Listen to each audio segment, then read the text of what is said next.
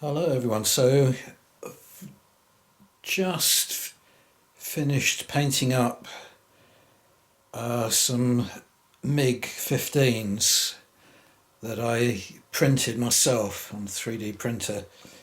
They're a little bit difficult to make out in this shot because I'm about to play a game of Lacquered Coffins using them, and I put them on this MiG Alley mat that I purchased some time ago now from Deep Cut Studios, and it almost sort of camouflages them. So let me just try and zoom in a little bit on one of them, or one group of three maybe, so you might be able to see them.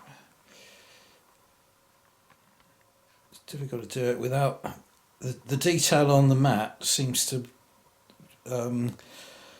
attract the camera's lens more than the actual models do. But there's three of them anyway.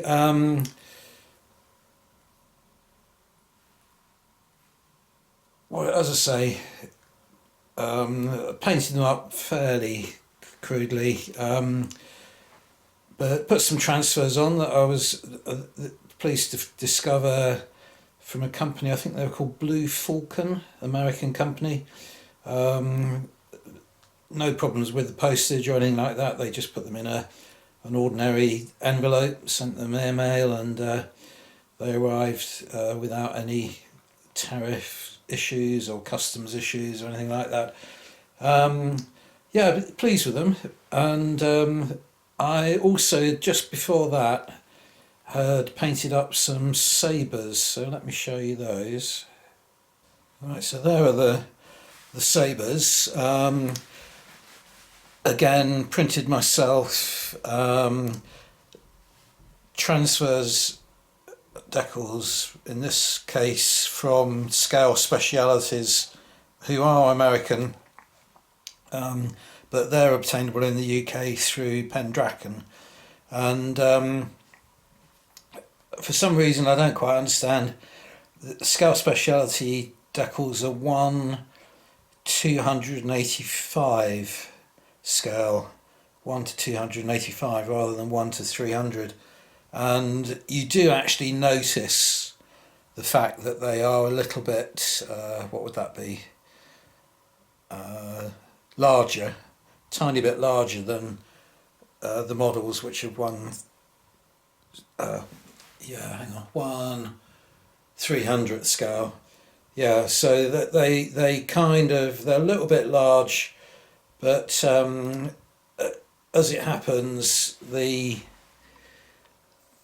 ones that really matter, which are like the stripes, the yellow stripes and that kind of thing, they're quite friable. So they do, as you wrap them around fins and wings and so on, they do seem to sort of tear very tidily, very neatly in a straight line across the edge of a wing front or wing edge, and so on. So that works all right. But it's ironic that I'm such a stickler for scale being accurate normally, and in this case they are accurate. The scale that they specify. But in this case, it proved a little bit of a problem for me, but never mind. So I've got, how many of these have I? I've got 10 of these. No, yeah, 10. 1, 2, 3, 4, no, 9. Yeah, sorry, 9 of these. And that does mean it's a little bit of an odd number, because the sabres usually flew in a formation of 4, 2 elements of 2, with an element leader and a wingman for each, and that was a formation that they copied from the German Luftwaffe fighter pilots in the Second World War. And the main principle that they really stressed was the integrity of that formation, that the leaders, the two leaders, would concentrate on hunting the target, and the wingman, so they didn't take their eyes off of the target, and the wingman protecting them would be the one that would accompany them, but would be constantly scanning, 360 degrees to make sure that there wasn't a threat. So they were the ones protecting the element leaders, but they did really stress maintaining the integrity of that formation. So I'm about to play a game using these planes now, and I'll have to try and incorporate that into the game. But as I say, I've got 9 planes, so I've got 2 formations of 4, but I've also got one sort of little spare aircraft that I want to include in the game. So I've gone to the effort of painting him up, putting decals on and so on, so might as well include him. And then also in the game I'll be using 8 Panthers, which Grumman Panthers, I think it was F9, which I have showed you on earlier videos, so I won't go into those too much again. Same thing, 3D printed and decals from Scale Specialities. Now, I'm going to play Lacquered Coffins. Its main focus is on the Second World War, but there are, as there were early jets in the Second World War, the most famous being the ME-262 and so on. There are stats for jets that I'm going to be using. The one, you can go up to the Korean War effectively because there weren't any there weren't missiles, so you don't need rules for missiles. The planes are still flying, using cannon and machine gun and so on, just as they did in the Second World War. But the one technical aspect that I do want to include is that the Sabres were equipped with a radar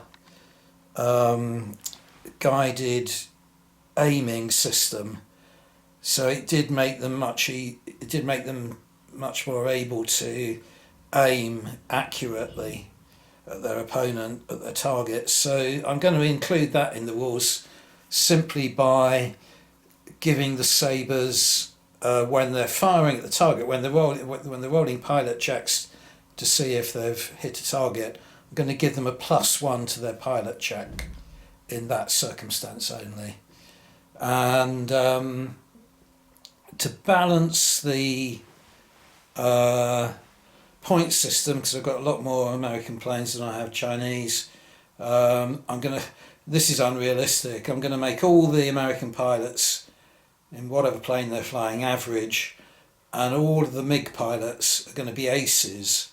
That's completely the opposite way round to, in general, to the way it occurred in history.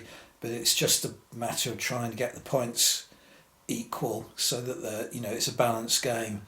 And in terms of, as I was saying, there are jets in the in the rules for lacquered coffins.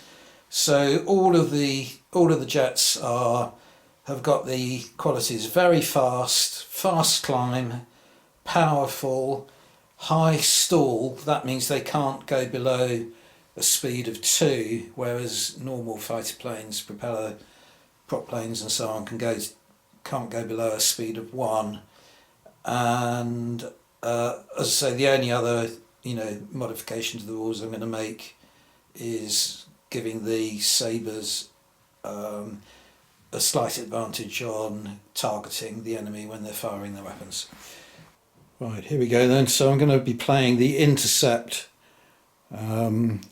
scenario. So the 8 Panthers are all capable of carrying 8 bombs each.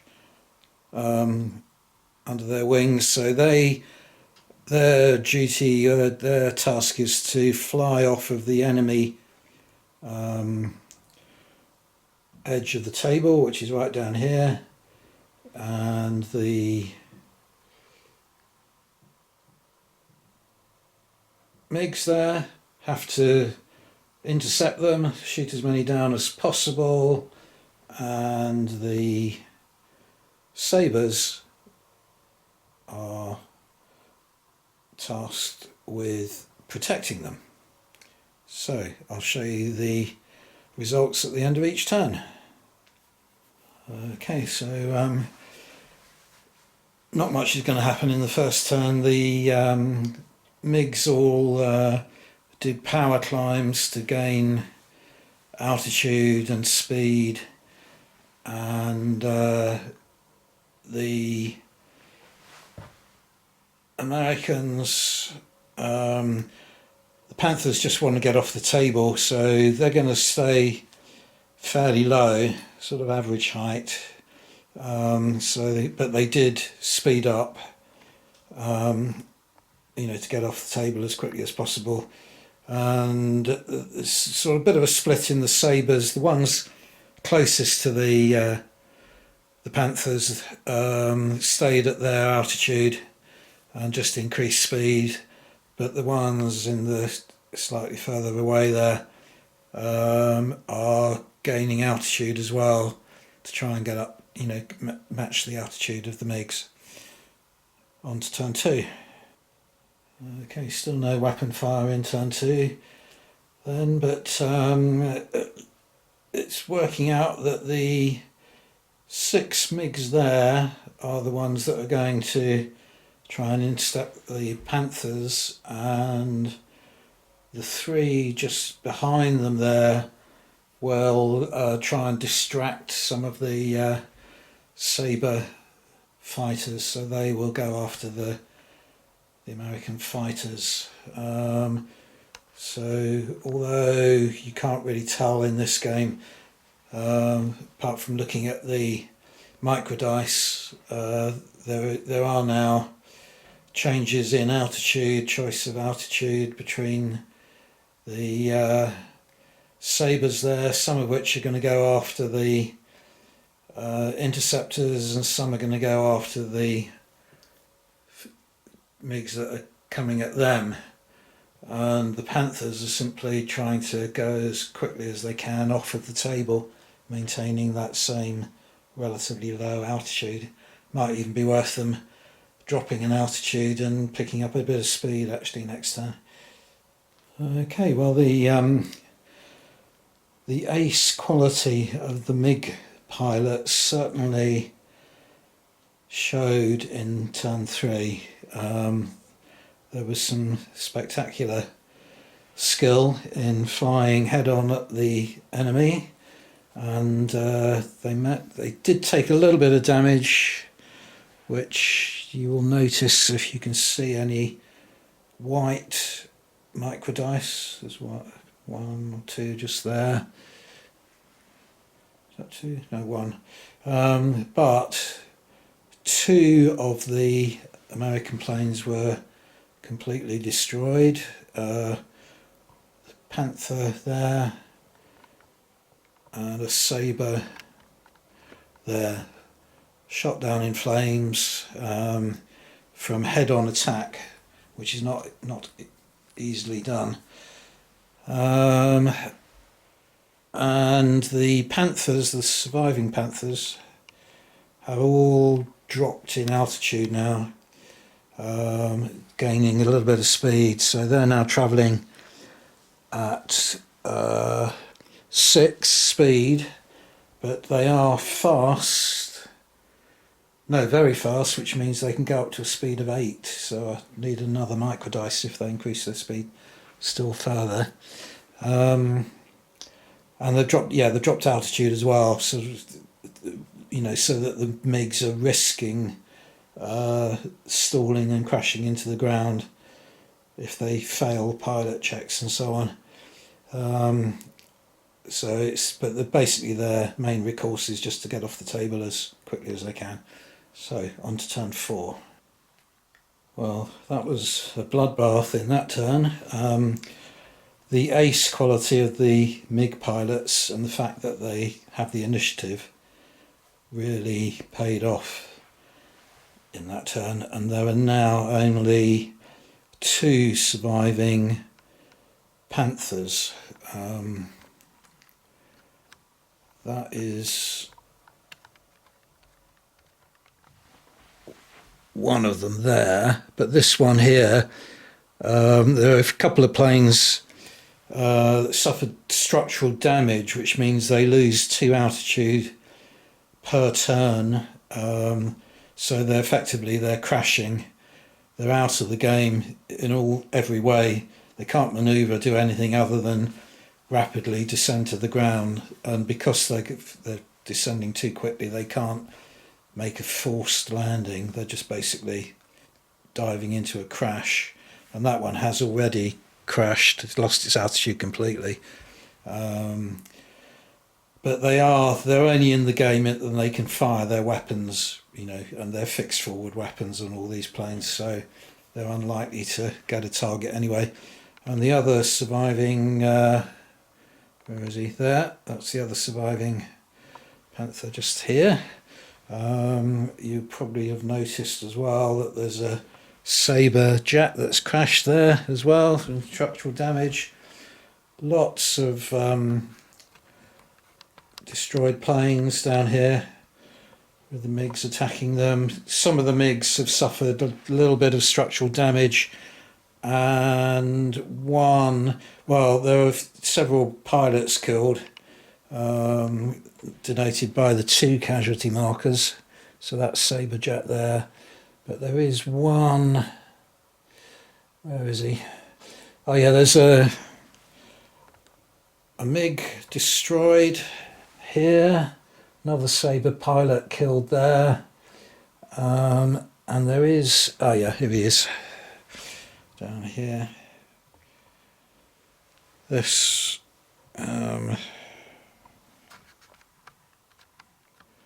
this MiG here, the pilot has killed 2 casualty markers.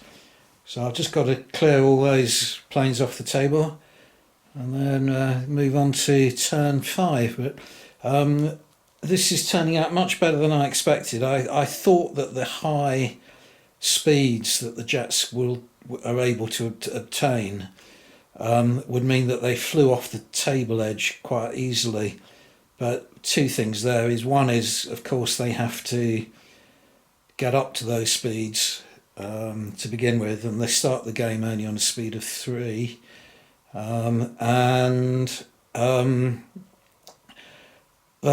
They can turn quite tightly as well. You put a protractor next to the base after the mandatory move, so they're turning on the radius of a protractor, which means they can turn quite tightly, and because they've all got the powerful ability, they don't lose a lot of speed making tight turns.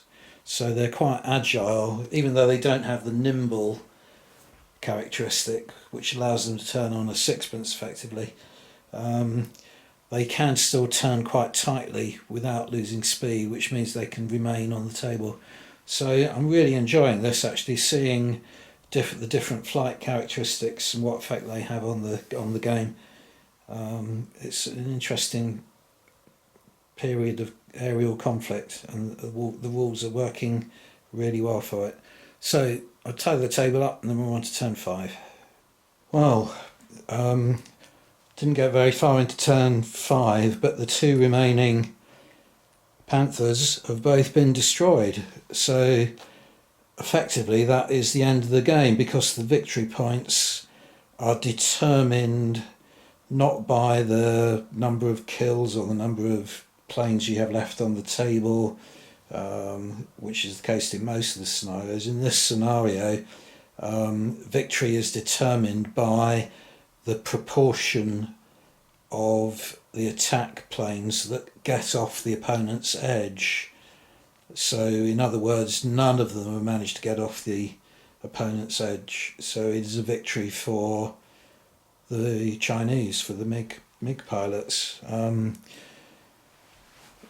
again, it's difficult. The cotton wool puffs of smoke look very similar to the cloud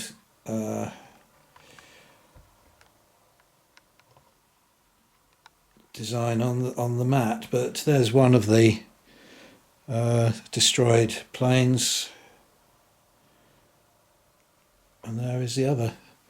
And they were shot down by the first MiG that I moved here, flew off the table edge, so has a chance of coming back later in the game, but that's not going to be necessary now to roll for that.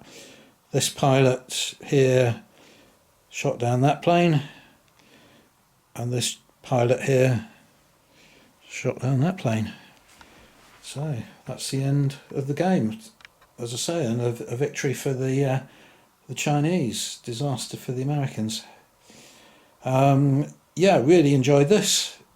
Once again, hope you enjoyed watching it. For the last couple of games of this I played, I haven't shown you all the dice rolls. That just adds to the length of the video, really, and I like seeing dice rolls on games, but it can get a little bit repetitive when you're working out factors and so on, and slows the footage down and the action down a bit. So I haven't done for the last couple of games, and I think it still makes interesting viewing. Same message as always. Check out these rules, Lacquered Coffins. I think they're superb. They've given me a couple of great games in the last week or so. And see you on the next video. Bye for now.